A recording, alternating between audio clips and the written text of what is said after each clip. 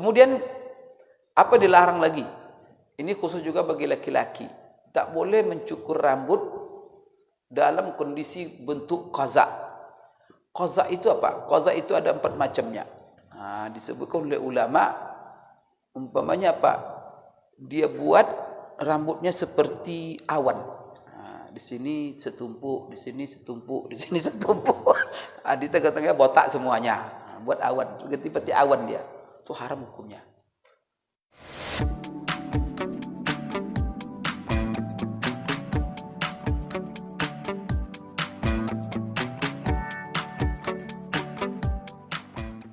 Bismillahirrahmanirrahim. Assalamualaikum warahmatullahi wabarakatuh.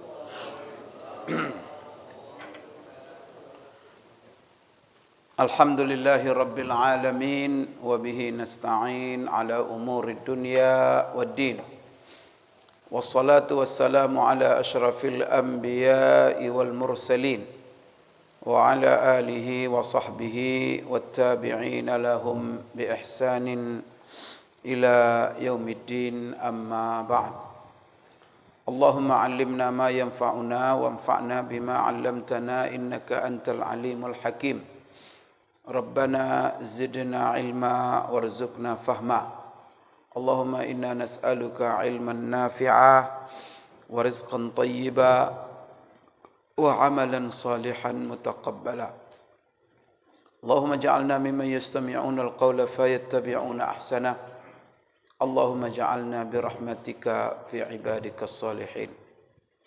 Bapak-bapak, ibu-ibu, jemaah salat maghrib dan juga salat isya, hafizakumullah wa ra'akum. Alhamdulillah, bersyukur kita kepada Allah pada malam hari ini. Kita dikumpulkan Allah di rumahnya yang mulia ini.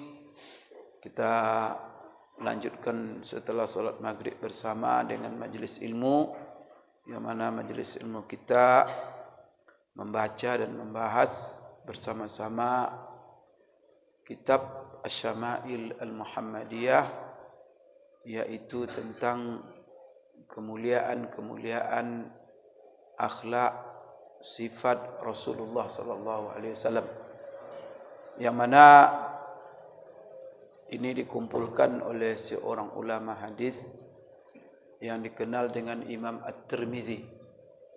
Maka hadis-hadis tentang kepribadian Rasulullah, baik sifat tubuh fisiknya dan juga akhlaknya, semua hadis-hadis tentang itu dikumpulkan beliau di dalam bukunya ini yang diberi nama dengan Asy-Syama'il Al-Muhammadiyah. Kita terakhir yaitu hadis yang ke-33, tak salah saya, yang mana hadis ini dari Aisyah. Hadis ini berhubungan dengan bagaimana Rasulullah sallallahu alaihi wasallam menata rambutnya, mengurus rambutnya, menyisir rambutnya. Di dalam hadis Aisyah itu beliau berkata, "In kana Rasulullah sallallahu alaihi wasallam la yuhibbut tayammuna fi tahurihi idza tatahhara wa fi tarajjulihi idza tarajjala wa fi inti'alihi idza ta'ala." Hadis itu artinya adalah Aisyah menceritakan sesungguhnya Rasulullah sallallahu alaihi wasallam kebiasaannya atau beliau mencintai, menyukai, memulai dengan kanan di dalam bersucinya. Apabila dia bersuci, baik itu dalam bentuk berwudu, maka beliau menyukai memulai dari kanan, anggota sebelah kanan. Begitu juga mandi. Maka kalau mandi beliau juga mulai dari kanan. Wa fi tarajjulihi idza tarajjala. Begitu juga kalau menata rambutnya apabila dia menyisir. Dia apabila beliau menyisir, beliau mulai dari sebelah kanan. Wa fi inti'alihi idza ta'ala. Begitu juga beliau kalau memakai sandal dan sepatu, maka beliau mulai dari sebelah kanan. Ini Aisyah menceritakan kepada kita tentang bagaimana Rasulullah sallallahu alaihi wasallam dalam perkara-perkara hidupnya. Maka dalam bersuci dimulai dari kanan, bersisir, menyisir, dan juga memakai sepatu, dan termasuk juga pangkas rambut. Jadi kalau bapak dipangkas rambut oleh tukang pangkas, kalau dimulai sebelah kiri, bilang stop, ya mulai sebelah kanan. Karena memulai sebelah kanan itu adalah sunnah Rasulullah SAW. Jangan diam saja. Kalau tukang pangkas itu tidak tahu, yang penting cepat selesai. Maka diingatkan dia. Tidak ada masalah, kita ingatkan. Ini Bapak Ibu sekalian, kita sudah bahas panjang hadis ini. Tak salah saya, bahkan apakah semuanya dimulai dari sebelah kanan? Tidak. Tetapi ada perkara-perkara yang dimulai dari kiri. Digunakan sebelah kiri. Di dalam hadis juga Aisyah, bahwa Rasulullah SAW untuk yang baik-baik dimulai sebelah kanan. Dipakai yang kanan. Kalau untuk yang buruk-buruk, yang kotor-kotor, digunakan sebelah kiri. Baik. Setelah itu, karena ini Bapak Ibu sekalian sudah kita jelaskan, kita berangkat kepada hadis yang ke-34. Yaitu dari Abdullah bin Mughaffal. Dan tak salah saya, kita juga sudah baca ini dan kita menjelaskan Abdullah Mughaffal itu siapa? Itu sahabat Rasulullah SAW. Dan dia adalah salah sahabat yang ikut bai'atul Ridwan atau bai'atul Aqabah, Hudaybiyah. Beliau berkata, Abdullah bin Mughaffal ini, naha Rasulullah SAW anit tarajjuli illa ghibba. Ini Abdullah bin Mughaffal menceritakan apa kata beliau, Rasulullah SAW melarang kita menyisir rambut, mengurus rambut kecuali ghibba. Ghibba itu waktan ba'da waktin. Artinya antara waktu ke waktu. Jadi jangan hanya menyisir rambut melulu saja. Di ghibba ini ada 3 tafsir oleh ulama. Pertama, waktan ba'da waktin. Yang kedua, yauman ba'da yaumin. Yang ketiga, usbu'an ba'da usbu'in. Ada tafsir dia begitu. Kata-kata ghibba ini kan bahasa Arab ini. Maka orang Arab pakai untuk apa? Ada 3 makna. Kalau waktan ba'da waktin, artinya dari waktu ke waktu. Bisa saja, Bapak Ibu sekalian, dia setiap hari beberapa kali, tapi tidak melulu. Tapi ada lagi tafsirnya yauman ba'da yaumin. Jadi per hari. Hari ini ditata, disisir, besok jangan lagi. Itu besok lagi. Jadi hari per hari. Ada lagi mengatakan ghibban ini maknanya per minggu. Kalau per minggu kan terlalu itu. Maka Bapak Ibu sekalian, ya kalau saya melihat dari hikmah. Kita melihat aja hikmah. Apa sebabnya Rasulullah maksud menyisir rambut itu bagaimana? Ya, pertama kan untuk menjaga kebersihan. Yang kedua, untuk menjaga keindahan, kerapian. Karena itu disunatkan kita. Karena seorang muslim pertama harus tampil selalu bersih. Tak boleh kelihatan kotor. Maka Rasulullah kalau dilihatnya sahabat itu kotor, tidakkah kau dapat kainnya kotor? Rambut acak-acakan. Tidak ada air untuk menyuci kain kamu ini. Pergi cuci kain kamu dulu. Itu kata Rasulullah sallallahu alaihi wasallam. Kalau ada orang yang acak-acakan rambutnya, sa'irar ra'si, rambutnya kacau balau, Rasulullah panggil.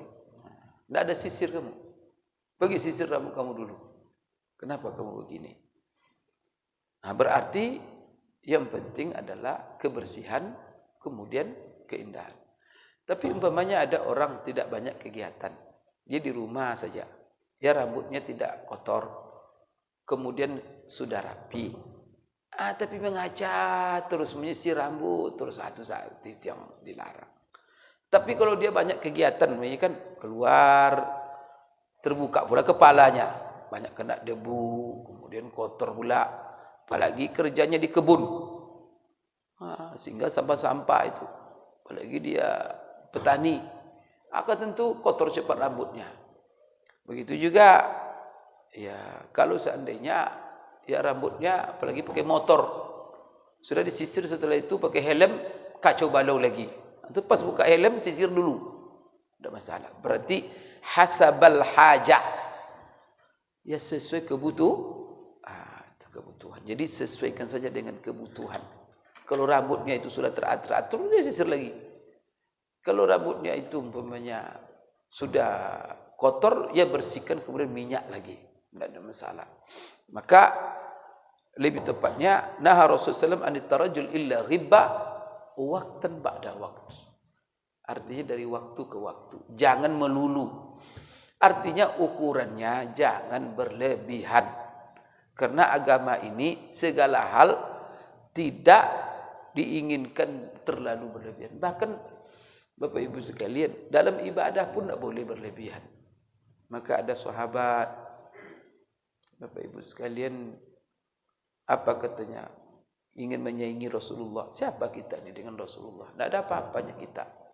Maka datang satu, saya bersumpah tak akan pernah berhenti puasa sampai mati. Puasa terus.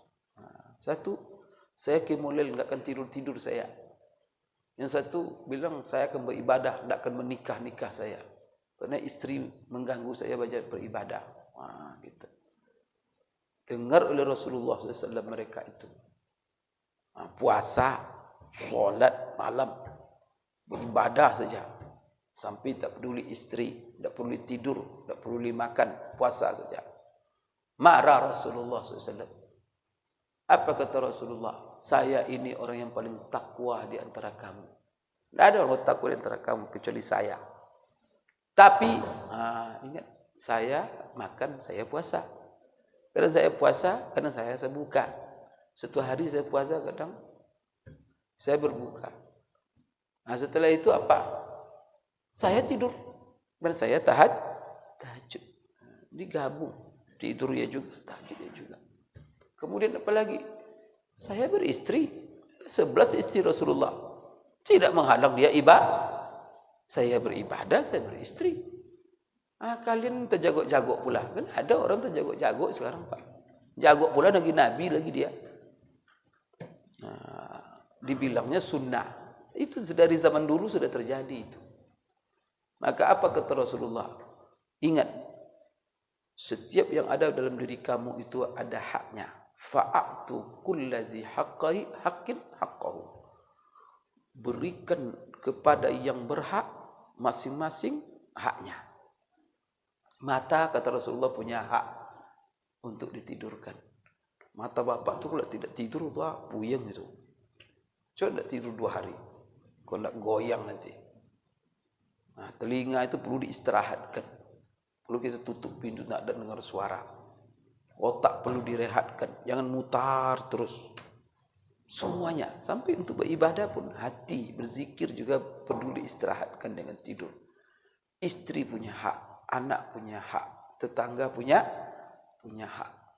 Semua di sekitar kita punya hak. Bahkan pohon-pohon itu punya hak sama kita. Hewan-hewan itu ada haknya. Hak yang tertinggi dalam yang harus kita bayar adalah hak Allah. Itu juga jangan beribadah, orang tua hidup, orang tua punya hak untuk dikunjungi, kerabat-kerabat untuk disilaturahmi. Itu yang kata Rasulullah. Maka agama ini salah satu karakteristiknya al-wasat, pertengahan. Itulah agama. Jangan ekstrim kanan, jangan pula ekstrim kiri. Ini begitu juga kan di dalam masalah bagaimana menanggapi hari raya umat Islam, tahun baru, gitu juga ambil sikap pertengahan. Apa sikap pertengahannya? Lakum dinukum waliyadin. Kan itu pertengahan itu, Pak. Artinya Pak, satu sisi kita tidak mengganggu, satu sisi kita tidak menghalang, dan kita menghargai, kita membiarkan, tapi satu sisi kita juga tidak ikut-ikutan. Kan itu pertengahan. Karena ini adalah masalah ibadah. Ini masalah akidah. Masalah keyakinan. Keyakinan itu tidak boleh dicampur adukkan. Sebab kalau bapak campur adukkan, bapak tidak punya keyakinan artinya. Itu. Jadi kalau bapak campur adukkan, itu artinya apa? Bahwa bapak tidak punya keyakinan. Mungkin bapak mengatakan semua agama benar. Jadi kalau semua agama benar, ngapain bapak beragama? Maka dalam Islam kalau dianggap semuanya benar, keluar sudah kita. Nah, artinya apa? Maka sikap pertanyaan. Kita harus meyakini yang benar Islam. Tetapi kita tidak mengganggu keyakinan orang lain. Dan kita tak boleh memaksa. La ikraha fiddin. Tak boleh memaksa-maksa. Nabi pun, padahal Nabi suruh Tuhan mengiklankan la ilaha illallah. Orang diperintahkan menyuruh orang bersyahadat semuanya. Tetapi tak boleh maksa. Yang boleh Rasulullah itu nyampaikan. Wa ma 'alaika illal balagh. Tidak ada tugasmu kecuali menyampaikan, hai Muhammad. Dan bahkan menyampaikan itu tak boleh kasar-kasar. Sampaikan. Apa kata Allah dalam Quran? Ud'u ila sabili rabbika bil hikmati wal mau'izatil hasanah wajadilhum billati hiya ahsan. Sampaikan, ajak manusia ke agama ini. Dengan cara apa? Hikmah, bijaksana. Kedua, dengan pelajaran nasihat yang baik. Mau'izatul hasanah. Kemudian apa? Ajak orang dengan cara berdiskusi. Tapi diskusi yang baik. Fabima rahmatin minallahi lintalahum walau kunta fazzan ghalizal qalbi lam faddu min haulik. Kemudian itu apa artinya? Dengan sebab rahmat Tuhanmu, hai Muhammad, kamu bisa berlunak lembut kepada mereka. Kalau sempat kamu berlaku kasar, keras, tidak ada orang ikut kamu, hai Muhammad. Lam faddu min haulik. Mereka akan berhamburan dari sisimu. Tapi apa yang menjadi magnet orang menarik, tertarik kepada Rasulullah? Magnetnya itu adalah al-akhlaqul karimah. Akhlak yang mulia. Sekalipun dia dihina, tapi dia tetap senyum. Rasulullah itu gitu. Kalau dirinya dihina, diludahi pun senyum dia. Mau dibunuh pun dia, kalau dirinya nak balas dia, tak dimaafkannya. Maka seperti bagaimana orang Quraisy menyakiti dia. Maka pas dia menaklukkan kota Mekah, izhabu wa antum tulaqa. Pergi kalian semua, terserah kalian. Kalian bebas. Mau beriman silakan. Mau memilih tetap syirik silakan.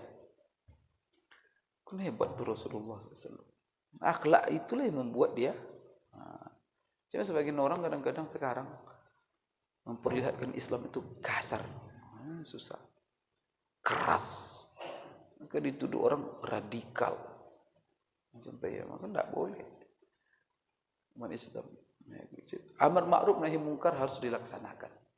Kalau agama diinjak-injak, harus kita bersuara, tegakkan kebenaran. Tapi hindari, mencaci maki, menghina, ya, menjelek-jelekkan, ya, kesantunan dalam segala hal.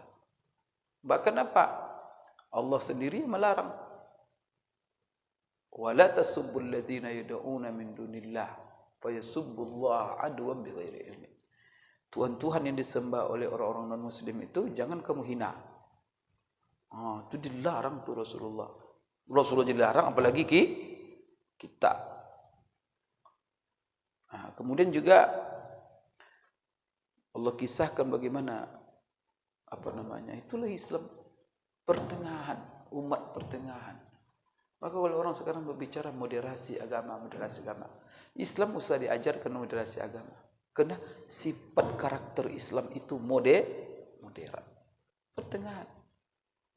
Coba apa yang diajarkan kita oleh Allah dalam Al-Quran tentang kisah Nabi Harun dan Musa dengan Fir'aun. Ada orang sekejam Fir'aun di dunia ini, ya kan? Fir'aun bunuh orang tidak. Bahkan apa? Bukan syirik lagi dia, tapi dia sendiri yang ngaku Tuhan, ngaku Tuhan dia. Orang seperti itu perlu dibaik-baikin lagi tuh. Kalau dia sendiri sudah ngaku Tuhan. Ana rabbukumul a'la. Sayalah Tuhan kalian yang paling tinggi. Semua orang sujud-sujud. Tak sujud, tebas. Apa kata apa namanya? Kata Allah berwasiat kepada Musa dan Harun ketika disuruh pergi menemui Fir'aun untuk mendakwakan Fir'aun supaya beriman, supaya tobat. Izhaba ila Fir'aun innahu tagha faqula lahu qawlan layyinan la'allahu yatazakkaru aw yakhsha. Masyaallah.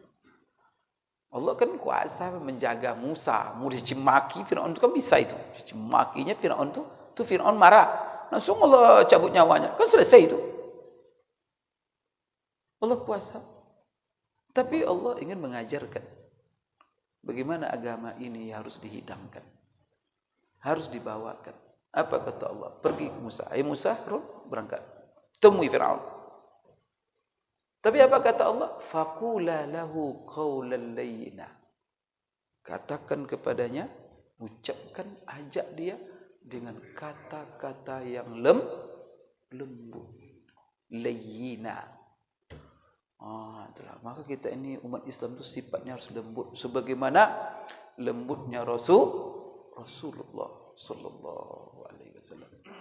Jadi kalau ada segala sesuatu, kalau dihiasi, kalau di situ diisi dengan kelembutan, maka dia menjadi indah.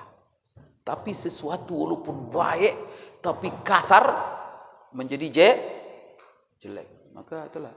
Kalau tai kambing, tapi marketingnya Masya Allah luar biasa, jadi obat itu tai kambing itu. Tapi ada obat terbagus madu, tapi penjualnya kasar sekali. Madu itu jadi seperti tai oleh orang. Itu baik sekali. Itu namanya kalau dalam bahasa bisnis ilmu marketing. Kalau itulah orang-orang tu yang baik itu bisa jadi kalau marketingnya salah. Maka Rasulullah gitu cara itu lebih penting daripada isi. Karena ada orang hendak mementingkan cara, yang penting sampaikan saja. Mau bagaimana. Tidak bisa begitu. Cara itu Allah ajarkan kita dalam Al-Quran. Diajarkan Rasulullah. Itu Bapak Ibu ya, menghadapi orang-orang kafir itu. Orang-orang Quraisy. Menghadapi Abu Jahal, itu ayat itu. Menghadapi Abu Lahab, menghadapi ke orang-orang musyrik itu. Disuruh begitu. Bagaimana kalau menghadapi sesama Muslim, menyuruh orang solat, apa lagi? Lihatkan di situ kasih sayang. Jadi pertengahan Bapak Ibu ya. Tak boleh berlebih-lebihan. Bahkan dalam agama pun kita tak boleh berlebih-lebihan. Tapi jangan pula mengabaikan. Tak solat pula, tak puasa, itu salah pula. Jadi ada ekstrem kiri, ada ekstrem kanan. Maka kita di tengah-tengah. Maka kita dalam sikap umpamanya akidah.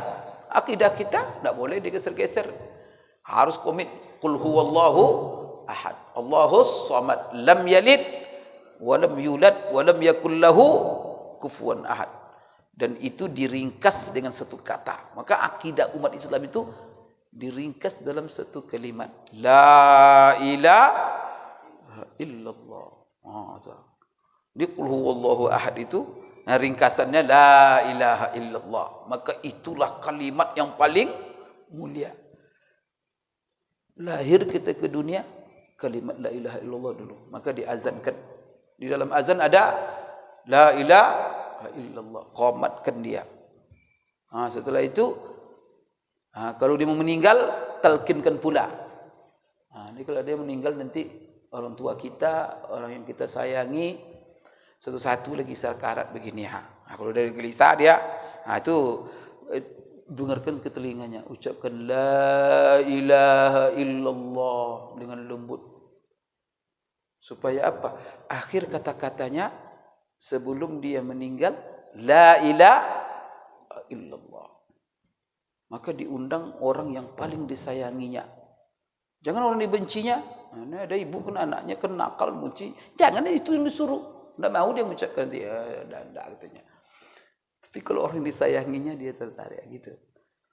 Kemudian kalau dia mengucapkan la ilaha illallah, saya itu minta minum dia. Kasih saya minum katanya. Ulang lagi. Tapi kalau sudah diucapkannya la ilaha illallah sekali, diam saja. Jangan nanti dipaksa-paksa lagi. Kalau sudah diucapkannya ketika sakarat itu la ilaha illallah, hentikan sampai nanti dia nyawanya berakhir, sehingga kita pastikan. Tapi kalau dia ngomong lagi, baru kita ucapkan la ilaha illallah sampai kita pastikan terakhir dia meninggal dunia, kalimat terakhirnya la ilaha illallah. Karena Rasulullah mengatakan, man kana akhiru kalamihi la ilaha illallah dakhalal jannah, masuk surga. Bapak-bapak, nanti kalau sakarat nasihat wasiatkan kepada anak-anak kita. Tolong ya kalau bapak sakarat nanti ditalkinkan bapak dengan kalimat la ilaha illallah. Jangan lupa itu. Jangan nanti wasiatkan, nak kalau bapak sakarat nanti kambing jaga ya, kerbau jaga ya. Astagfirullah, kerbau jaga. Tak bapak wasiatkan kerbau, takkan dia jual. Apa yang penting untuk hidup kita, itu yang diwasiatkan kepada anak-anak. Itu tauhid kita. Tapi menghadapi orang lain, ya itulah surah Al-Kafirun. Qul ya ayyuhal kafirun la a'budu ma ta'budun wala antum a'budun. Jadi kalau akidah lakum dinukum waliyadin. Tapi kalau dalam masalah muamalah, itulah pertengahannya Islam itu. Kalau masalah muamalah, okey, tidak ada masalah. Masalah bisnis sama-sama, okey. Kamu sakit, kami jenguk, tidak ada masalah. Kamu baik, kami lebih baik. Kamu meninggal, kami takziah, tidak ada masalah. Dia susah, kita bantu, tidak ada masalah. Kalau masalah muamalah, okey, sama-sama. Gotong royong sama-sama. Tapi kalau dalam masalah akidah, itu kena melaksanakan perintah Allah. Baik, jadi Bapak Ibu sekalian, ini juga masalah bagaimana Rasulullah SAW menata rambutnya. Jadi beliau menata rambutnya itu dari waktu ke waktu, tidak melulu begitu. Apalagi Rasulullah SAW, Bapak Ibu sekalian, beliau itu ya setelah dia tata rambutnya, dia minyak rambutnya, kemudian dia pakai kain penutup. Setelah itu di atasnya pakai tokia, pakai kopiah. Setelah itu di atas kopiah dia pakai sorban. Jadi jarang Rasulullah itu terbuka rambutnya. Jadi kapan terbuka rambutnya? Ya kalau dia tidur. Kalau dia umroh, ihram, baru terbuka, nampak kepalanya. Tapi kalau tidak, tertutup selalu. Maka Rasulullah itu pakai. Itulah umat Islam itu, tidak ada masalah pakai kopiah. Kopiah terus. Itu simbol. Kalau udah pakai kopiah, ya peci, simbol ibadah ini kan bagus itu. Karena Rasulullah, kalau dia mencontoh Rasulullah, pahala dia. Tapi tak wajib itu. Karena Rasulullah tidak pula bilang sama kita, pakai oleh kamu kopiah. Tapi dia begitu tradisinya. Dan kemudian juga tradisi orang Arab juga seperti itu. Maka itu tidak ada masalah. Barang siapa yang meniru Rasulullah dalam hal-hal seperti ini, niatnya mencontoh Rasulullah, maka dia berpahala. Baik Bapak Ibu sekalian, jadi di sini Rasulullah melarang menata rambut kecuali dari waktu ke waktu. Ini tadi saya katakan tidak pula diabaikan sama sekali, tapi tidak pula disibukkan di waktu kita habis untuk menata rambut saja. Ya kecuali orang yang kerjanya memang menata rambut orang, tukang salon, itu tidak ada masalah. Itu kan rambut orang itu, pekerjaan profesi. Maksudnya adalah rambut kita sendiri. Ini. Baik, Bapak Ibu sekalian, hadis berikutnya.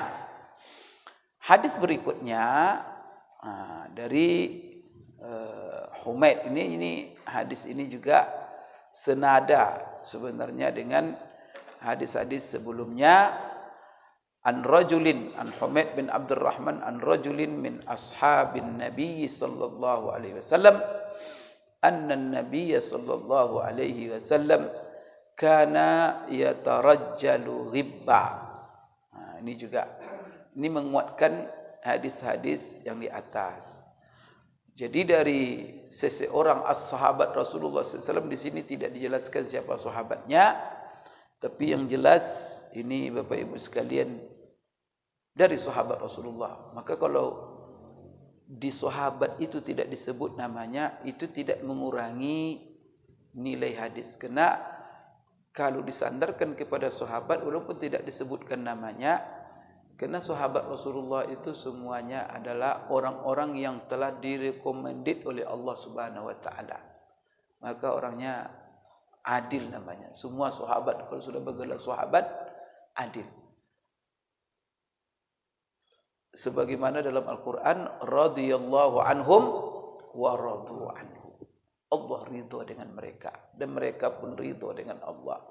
Maka di sini an rajulin min ashabin nabi, dari seseorang dari sahabat Rasulullah sallallahu alaihi wasallam, anna nabiyya sallallahu, bahwa nabi kana yatarajjal. Yatarajjal itu menata rambutnya, menyisir rambutnya, ghibban, dari waktu ke waktu. Hadis berikutnya, an rajulin min ashabin nabi sallallahu alaihi wasallam, yaitu itu hadis yang terakhir itu. Jadi di sini Bapak Ibu sekalian, karena yatarajjalu ghibban, jadi kadang-kadang dia sisir, kadang-kadang dia tinggalkan, artinya dia tidak melulu mengurus rambutnya, tetapi juga tidak mengabaikan sama sekali, membiarkan dia acak-acakan. Rasulullah itu terkenal Bapak Ibu orangnya bersih, orangnya rapi. Maka semua orang yang melihat menemui Rasulullah langsung simpatik dengan Rasulullah sallallahu alaihi wasallam. Baik Bapak Ibu sekalian, itu selesai kita di dalam masalah bagaimana Rasulullah menata rambut dan menyisir rambutnya.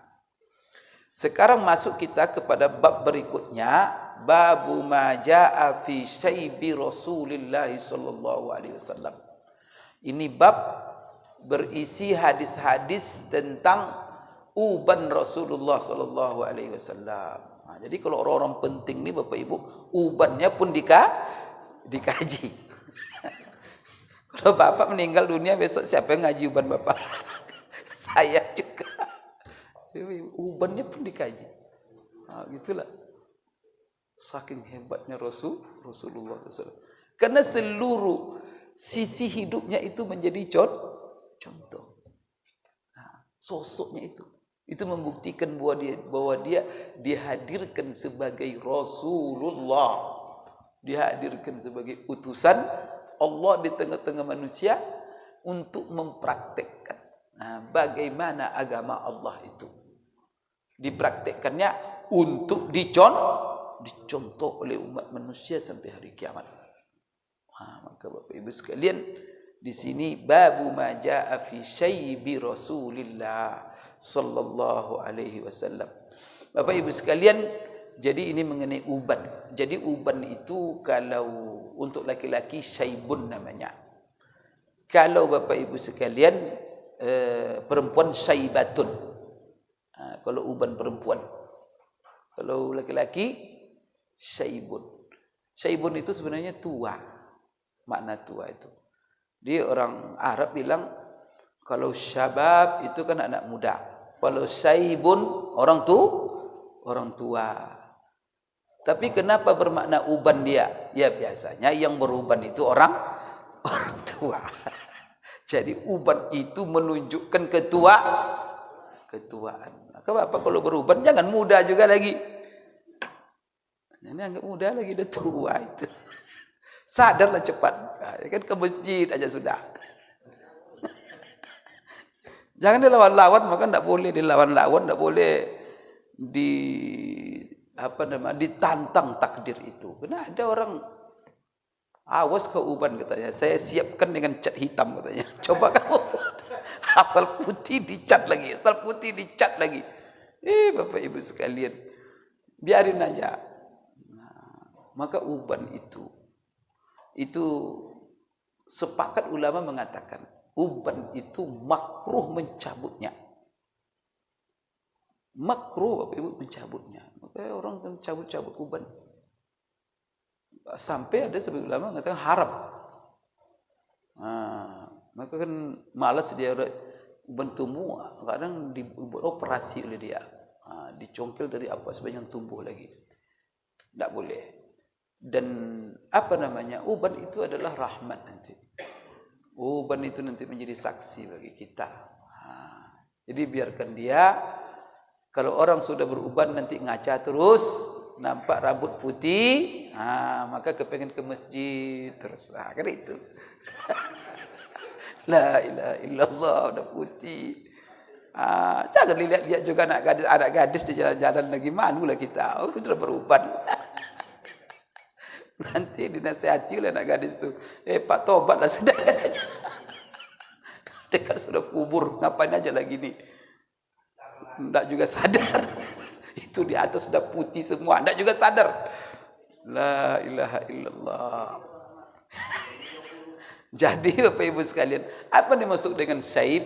Syaib itu apa? Terjadi perubahan. Perubahan warna rambut dari warnanya yang asli hitam atau lain warnanya menjadi putih.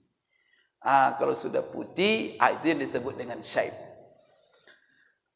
Kemudian Bapak Ibu sekalian, sebenarnya bab ini adalah bab menjelaskan kepada kita yang berhubungan dengan rambut Rasulullah dan juga Bapak Ibu, syaib juga, ini seperti ini, yang putih itu juga namanya syaib yang dijenggot. Berarti hadis ini menjelaskan kepada kita apakah rambut Rasulullah itu ada uban, di jenggotnya ada uban. Kemudian juga hadis ini yang ada dalam bab ini menjelaskan kepada kita, Bapak Ibu sekalian, menjelaskan kepada kita tentang berapa ukuran ukuran atau hitungan. Di dalam bahasa yang lain, berapa jumlahnya uban Rasulullah sallallahu alaihi wasallam. Dan kita nanti akan melihat di dalam hadis-hadis yang akan kita baca, Bapak Ibu sekalian, berapa jumlah daripada uban Rasulullah sallallahu alaihi wasallam. Nanti ada yang menghitung sekian, ada yang menghitung sekian. Namun Bapak Ibu sekalian, ya ini semuanya keterangan tentang uban Rasulullah. Sekarang saya ingin sedikit menjelaskan kepada kita masalah hukum mencabut uban, kemudian masalah rambut ini. Ini masalah rambut ini kan macam-macam teknologinya sekarang. Karena rambut ini salah satu keindahan manusia. Oleh karena itu, kata para ulama, kecantikan perempuan itu pada rambutnya, kegantengan laki-laki pada jenggotnya. Kan begitu kan? Begitu tuh. Bapak Ibu sekalian, jadi jenggot itu kegantengan di situ. Maka tidak berjenggot tidak ganteng itu.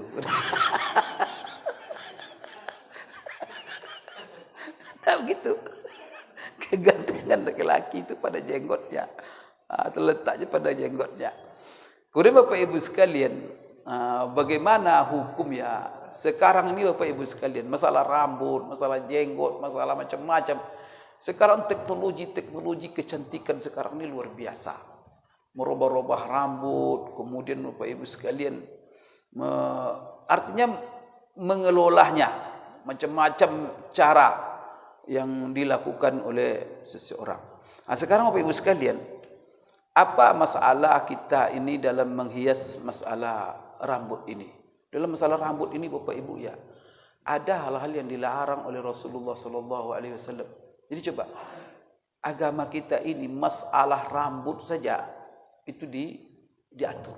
Salah satunya Bapak Ibu sekalian, larangan di dalam masalah rambut ini adalah seperti perempuan umpamanya.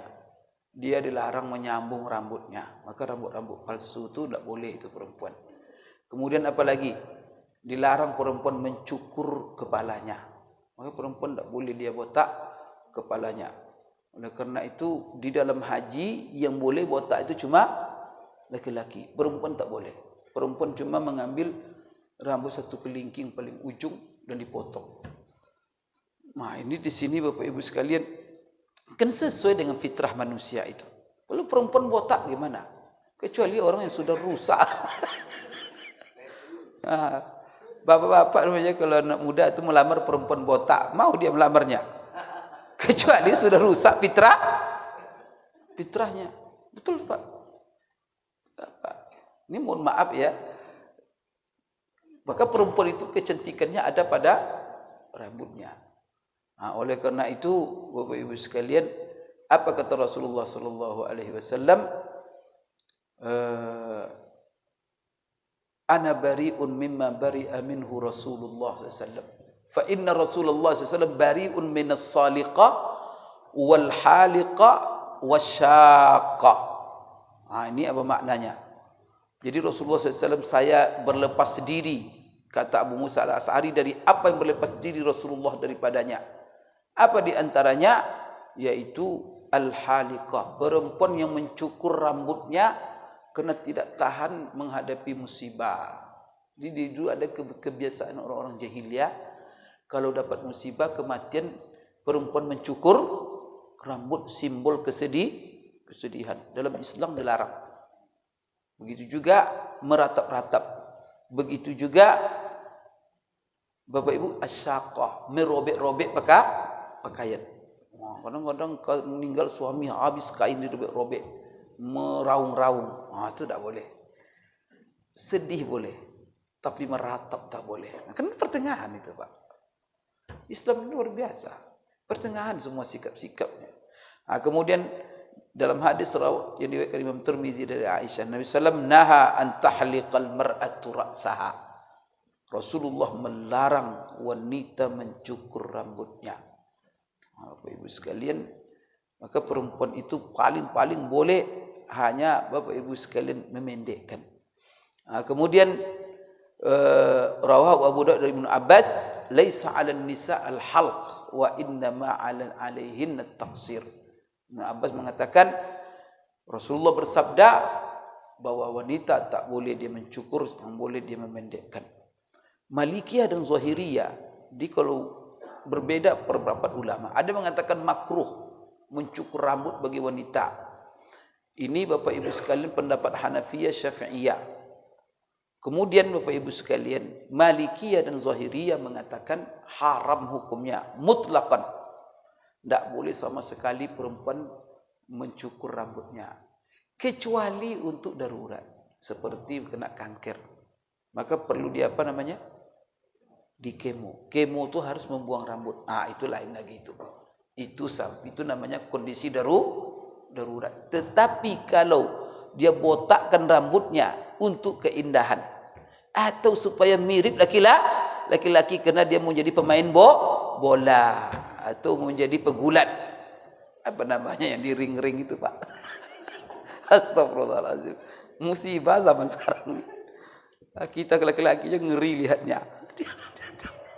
Sekarang benar bertinju perempuan bertinju di ring. Terbayang tuh.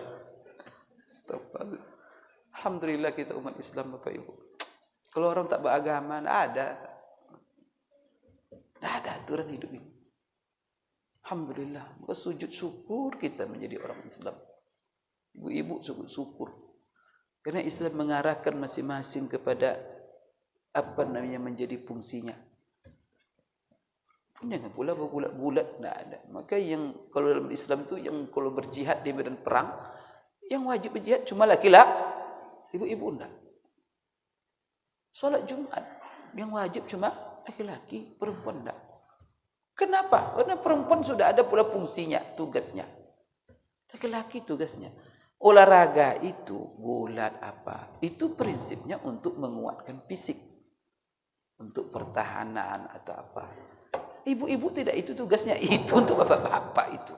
Bergulat, bapak-bapak silakan itu memperkuat. Rasulullah juga bergulat. Ya kan? Rasulullah juga pacu kuda. Kalau ada yang olahraga-olahraga yang ringan seperti lari, tidak ada masalah perempuan. Kenapa? Itu untuk kesehatan. Aisyah pernah berlomba lari dengan Rasulullah SAW. Maka ketika Rasulullah kuat, selalu Rasulullah dahulu. Tapi setelah Rasulullah udah tua, udah agak lemah, maka Aisyah mendahului. Ini balas yang kemarin ya Rasulullah katanya. Kata Aisyah kan, itu tandanya apa? Rasulullah juga berlomba mengajak. Tapi sesuai dengan apanya. Tapi bergulat tidak ada pernah Rasulullah mengajak Aisyah bergulat. Bapak Ibu sekalian, ini semuanya. Maka di sini kalau seandainya untuk keindahan merubah dengan rambutnya banyak botaknya, katanya untuk kecantikan atau menyerupai, itu semuanya hukumnya haram. Kenapa haram? Karena di sini Bapak Ibu Rasulullah mengatakan la'anallahul mutasyabbihina bin nisa wal mutasyabbihati birrijal. Dilaknat oleh Allah perempuan-perempuan yang menyerupai, merubah ciptaannya supaya mirip laki-laki, mencontoh laki-laki. Kemudian Bapak Ibu sekalian, ini tidak. Kemudian apa dilarang lagi? Ini khusus juga bagi laki-laki. Tak boleh mencukur rambut dalam kondisi bentuk qaza. Qaza itu apa? Qaza itu ada 4 macamnya. Disebutkan oleh ulama, umpamanya apa? Dia buat rambutnya seperti awan. Di sini setumpuk, di sini setumpuk, di sini setumpuk. Di tengah-tengah botak semuanya. Buat awan, seperti awan dia. Itu haram hukumnya. Jadi itu satu kalau qaza, tumpuk. Yang kedua Bapak Ibu sekalian, di tengah-tengahnya dibotakkan, botak, sini sisa sekitarnya. Itu juga qaza. Tidak boleh. Tengah botak, licin, pinggir berambut. Itu kayak apa kira-kira itu? Akhirnya susah ya. Tapi ada aja orang membuat aneh-aneh itu. Karena sekarang orang asal ada yang aneh buatnya. Kadang-kadang untuk YouTuber katanya. Supaya dapat. La ilaha illallah. Ada lagi Bapak Ibu sekalian, tapi sebaliknya, yang pinggir semuanya botak, di tengah-tengah gopak. Di sini semua botak. Ini Bapak Ibu banyak dibuat oleh orang daerah-daerah China sana ya. Di sini rambut botak semua. Itu tidak boleh juga. Yang keempat, di depan botak, di belakang rambut ada kucil. Itu tidak boleh juga itu. Jangan anak-anak kita dibuat. Soalnya ada bapak bawa anaknya ke masjid botak semua, sini kucil dikit. Ingin buat model-model. Bapak Ibu, kita diatur. Menata rambut pun kita diatur. Tak boleh sembarangan. Oleh karena itu Bapak Ibu sekalian, apa alasan tak boleh ini juga yang halusnya ya. Apa hikmah? Kenapa Rasulullah melarang qaza itu? Mencukur sebagian, meninggalkan sebagian. Sekarang tukang cukur begitu rata-rata saya lihat. Maka bapak-bapak nanti kalau yang jamaah masjid, ingatkan tukang cukur itu. Jangan begini ya. Karena kan mereka sekarang kan model-model dari barat semua Pak. Orang tidak beragama. Penting model. Mereka buat model tapi tak ada aturan. Kalau kita tidak, silakan.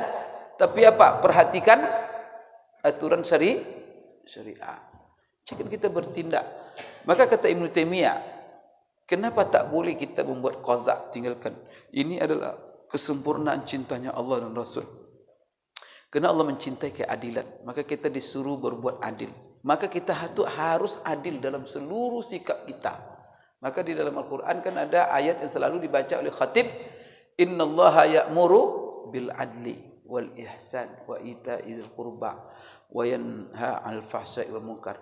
Jadi kita itu harus adil Bapak Ibu dalam diri kita. Maka kita dilarang seperti apa? Sampai ke badan kita ini kita harus adil. Tidak boleh paruh-paruh. Maka salah satu yang dilarang Bapak Ibu berteduh, umpamanya apa? Separuh badan di matahari, separuh badan itu tidak boleh itu. Kalau apa? Kalau kan dipanas, panaskan semuanya. Kalau diteduhkan, teduhkan semuanya. Itu dalam agama kita diatur itu. maka tidak boleh. Kemudian juga masalah rambut ini juga begitu. Kalau dipotong, potong semuanya. Kalau tinggalkan, tinggalkan semuanya. Kalau botak, botak sekalian. Jangan botak sini tuh sini. Itu tidak adil namanya. Marah kepala tu sama kita. Kenapa saya bagian saya dibotakkan, bagian yang lain tinggalkan. Kena azan, silakan azan dulu, nanti kita sambung. La ilaha illallah Muhammadur Rasulullah sallallahu alaihi wasallam.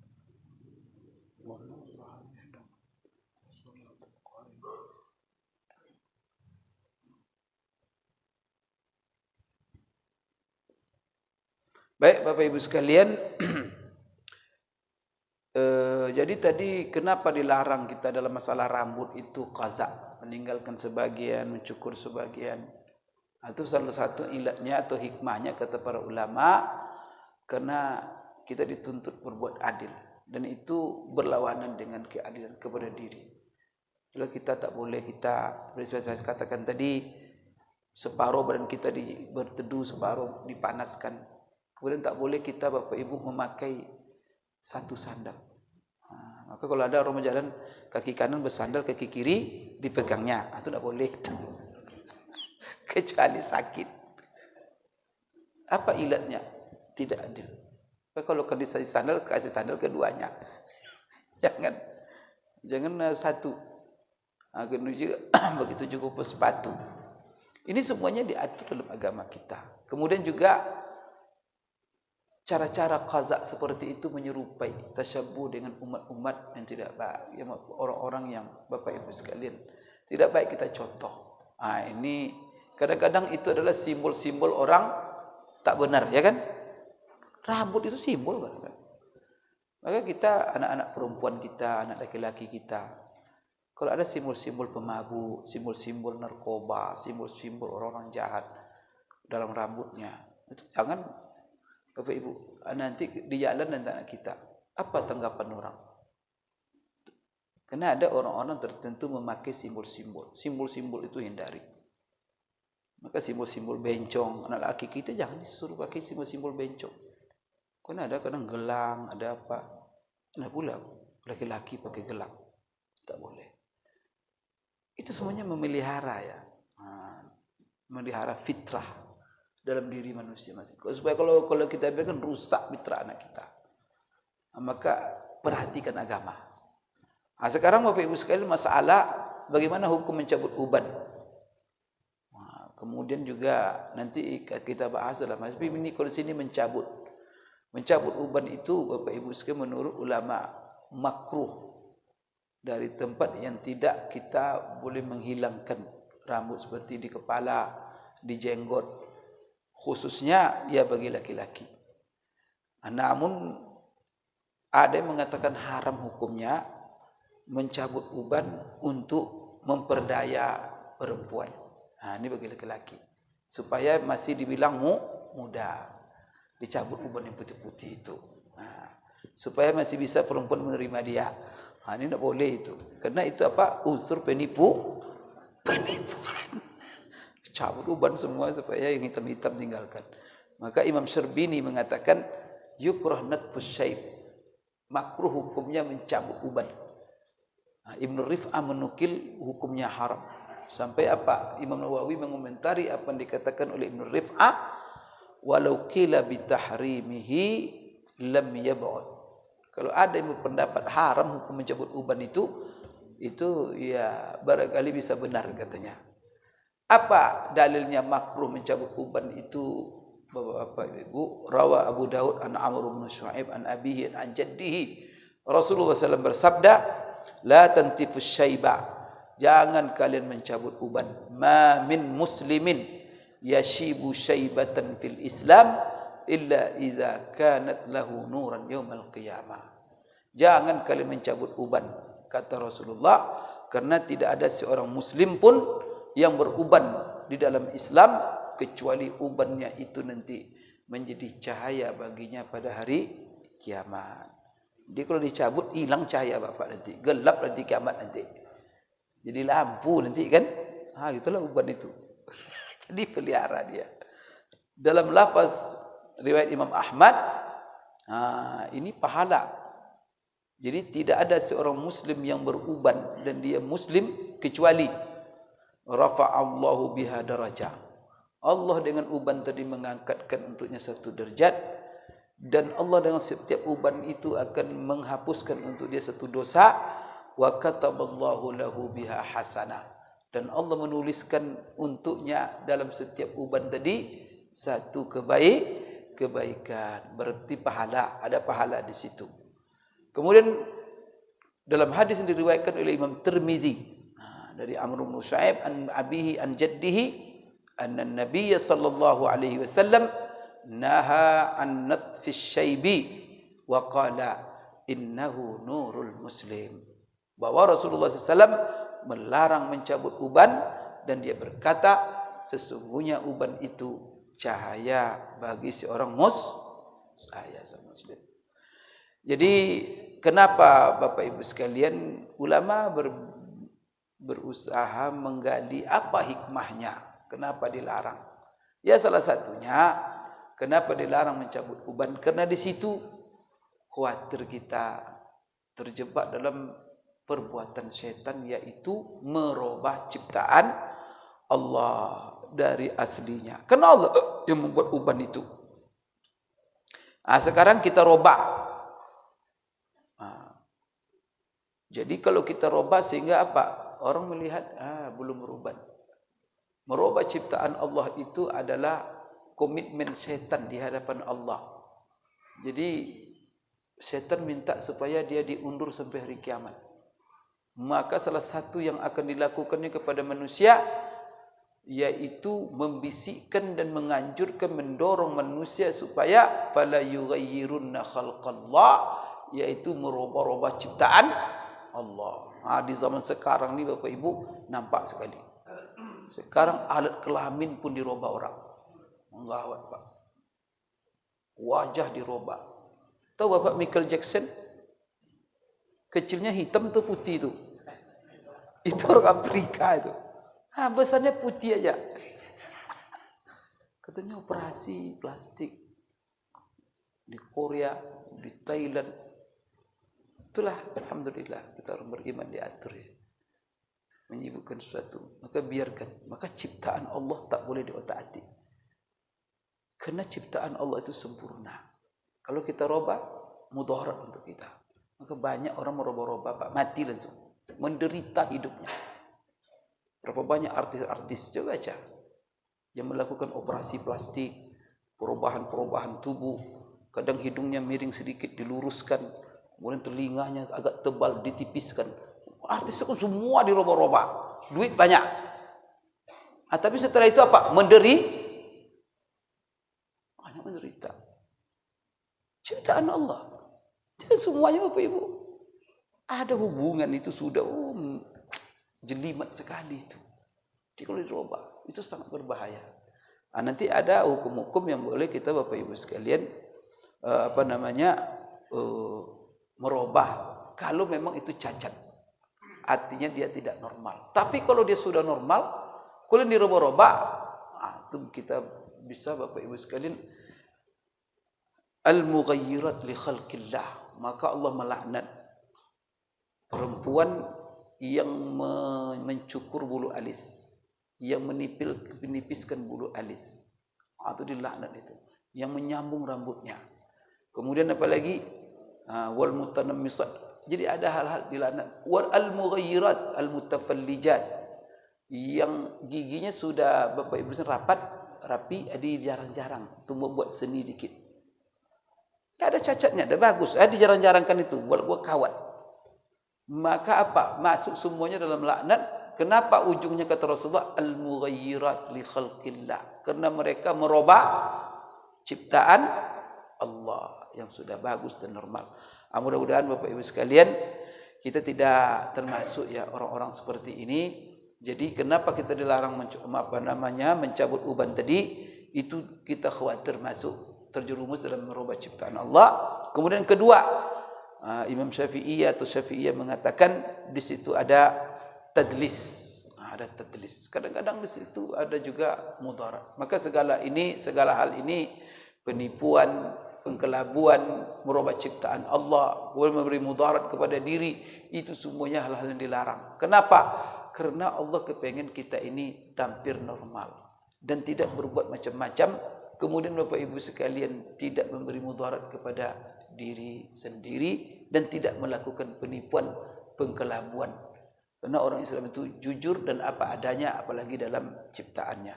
Itu dapat saya sampaikan pada malam hari ini. InsyaAllah kita sambung nanti dalam masalah hadis-hadis yang menjelaskan bagaimana bagaimana dan berapa uban Rasulullah sallallahu alaihi wasallam pada minggu yang akan datang. Aku qouli hadza wa astaghfirullah li wa lakum. Subhanakallahumma rabbana wa bihamdik asyhadu an la ilaha illa anta astaghfiruka wa atubu ilaik. Wabillahi taufiq wal hidayah. Assalamualaikum warahmatullahi wabarakatuh.